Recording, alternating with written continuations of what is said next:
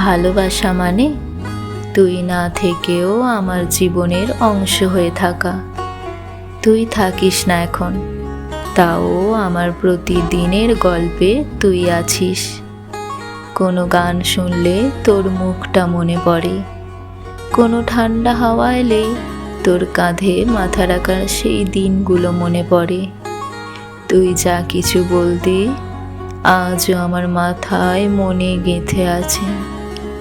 আর আমি এখনো তোর জন্য ভালো কিছু হলে মনে মনে বলি তুই ডিজার্ভ করিস।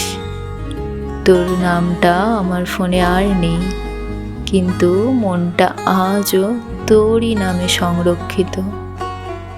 এই লেখাটা ভালোবাসার সেই রূপটার জন্য, যেটা থাকার থেকেও অনেক বেশি গভীর, হারানোর পরেও যেটা টিকে থাকে।